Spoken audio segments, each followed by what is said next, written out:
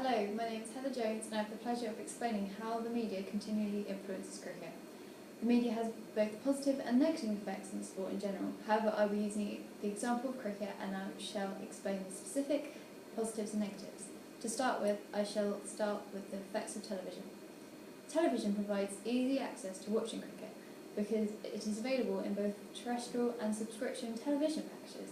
For example, England cricket is mainly shown on Sky Sports, however the highlights from games are available to watch on channels such as Channel 5 or Pick TV. Sporting competitions such as the IPL are also free to watch on ITV4, providing the full game to a wider audience. With cricket being so widely available to a large audience, it will introduce many new people to the sport, increasing its popularity. Alongside cricket's popularity increasing, more people will also want to participate in the sport themselves. This will also increase the sustainability of the sport, providing a larger income. However, as cricket is so easy to access from home, it may stop people from watching the game live, which will reduce the income of cricket clubs, which both county and district cricket clubs.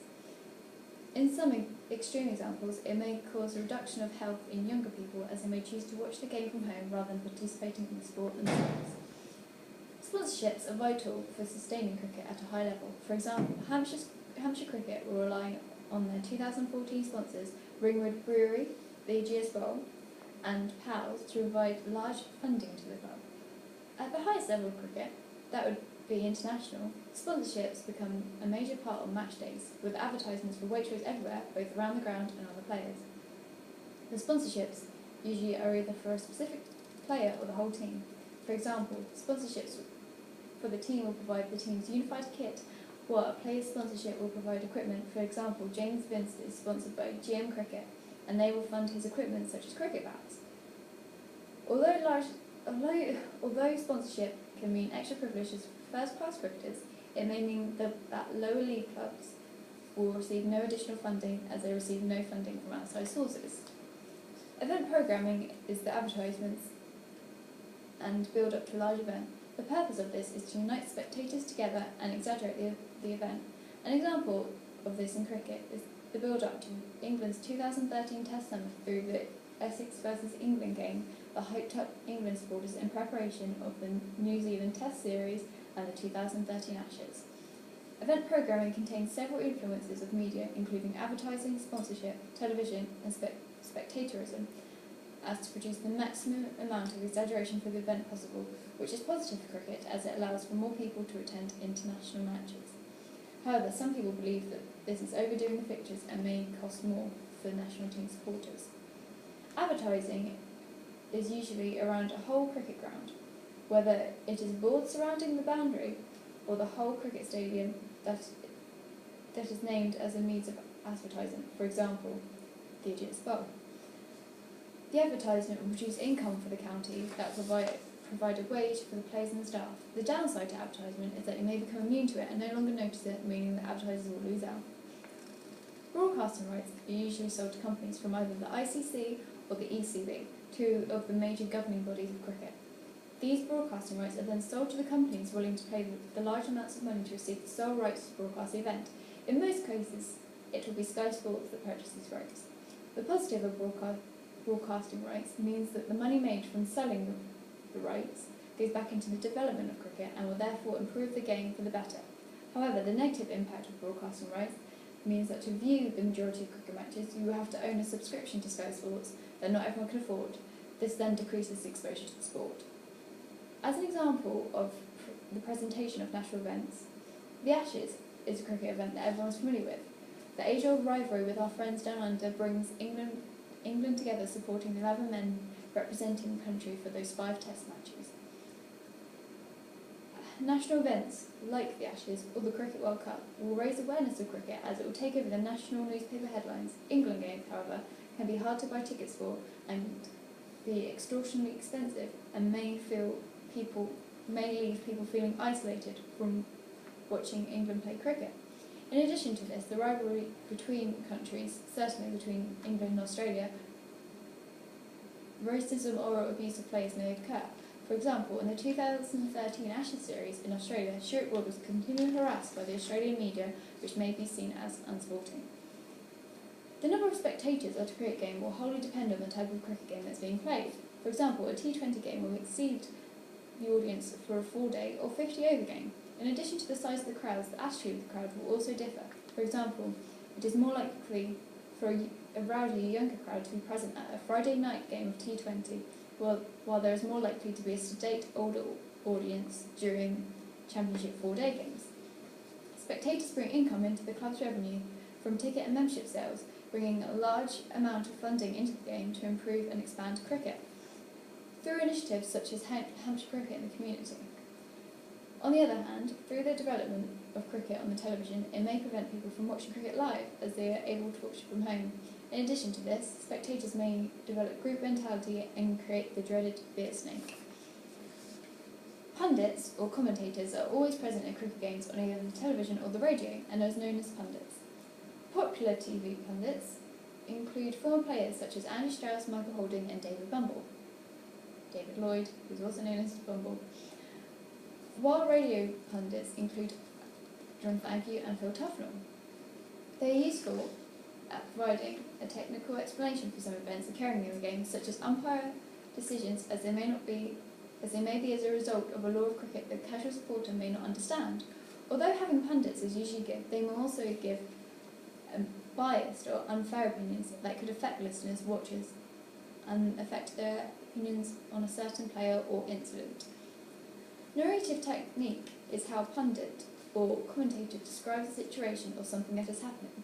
A commentator will hype up the audience by raising their voice at tense or important moments in an attempt to capture the drama. This will make the sport more interesting for those watching or listening while not at the event. However, this technique may mean that a particular team is favoured if the commentator may have a slight biased opinion, therefore affecting a viewer's own opinion. Rule changes have played a massive role in modern cricket.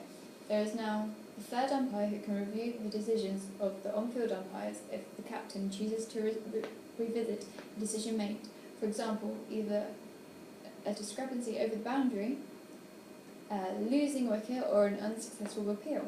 The third umpire can use technology such as action replays, Snicko, Hawkeye and heat detection. Using this powerful and usually highly reliable resources, the third umpire can make an informed decision on whether the on-field umpires were correct at the initial time.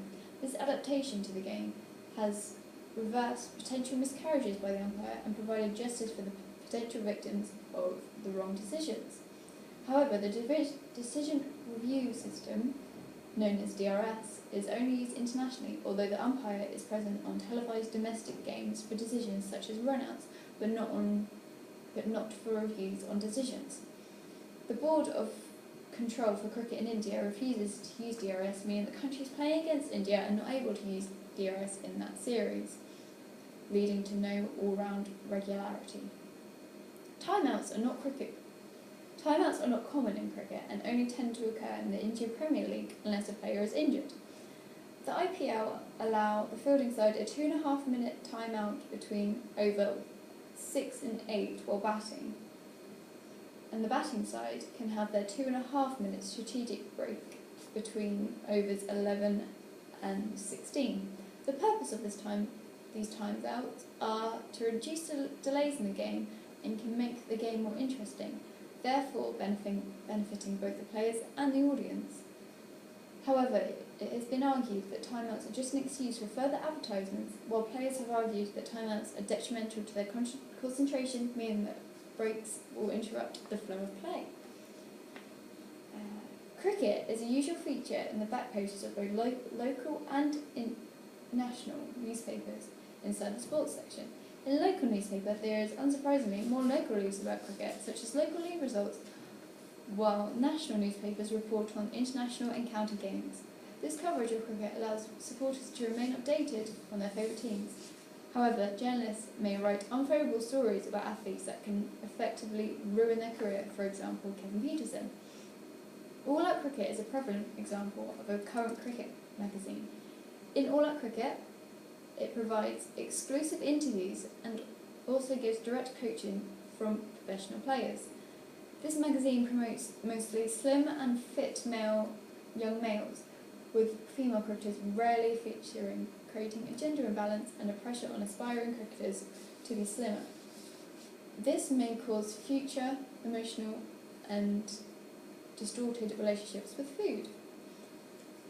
Jingoism is present at certain cricket grounds, such as Chelmsford Cricket Ground, which is the home of Essex Cricket. This cricket ground is known for the interaction between players on the pitch and between the audience.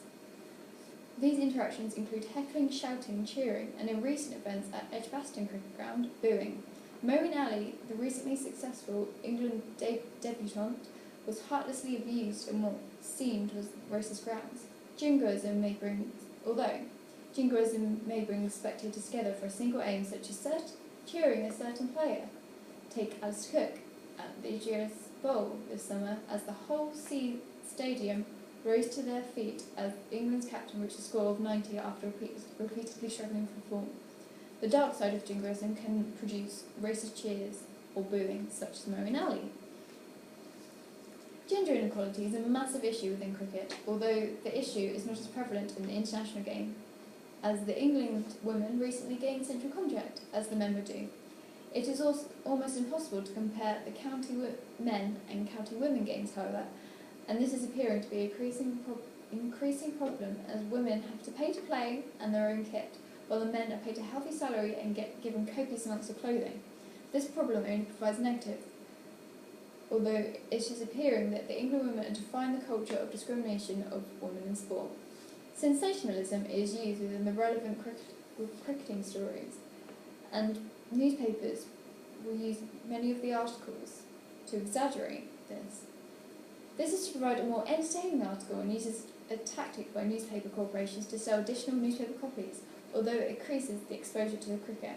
It may also have a negative impact on cricketers' careers. For example, Kevin Peterson, Rory Hamilton-Brown and Monty Panesar. Cricket has a large presence on the internet, but mainly concerning international cricket. However, there are dedicated sites for county cricket, such as Hampshire Cricket History. There are also several other social networking sites, such as YouTube, that endorse cricket. YouTube is a good example of this, as some of the competitions are streamed online, further broadening exposure to the sport.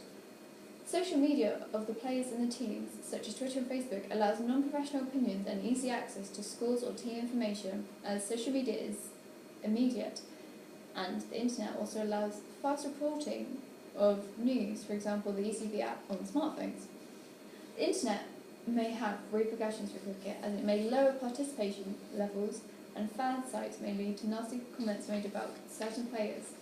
This may affect a player personally or damage their sporting ability due to knock in confidence. Both the England Cricket Board and county sides sell relevant merchandise that comes in the form of replica kit, branded equipment, team photos and signed merchandise.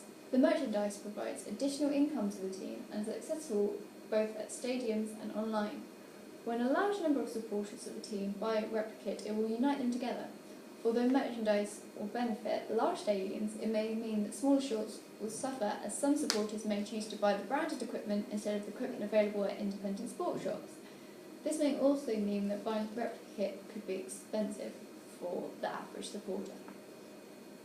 Overall, media has had a positive effect on cricket, and it has introduced a large number of new people to the sport, and it has therefore expanded the size of the game. Although the majority of the influence from media has been positive, there have also been negatives. For example, T20 cricket is now the most profitable form of cricket, which some people may argue that this is going to prevent Test cricket and 4-day cricket, as there is a smaller audience. This will then take away the heritage of cricket. Another negative is the franchising of cricket teams. That means there are fewer teams and therefore less people will be able to watch the game live. In my opinion, I believe there should be more games on television, particularly of women's cricket, meaning that cricket has the potential to expand further, which is an obvious positive, especially if the women's game is made as popular as the men's game. And that concludes my review of how media is able to affect cricket. I hope that you were somewhat entertained and learnt something new. So this is Heather Jones signing off.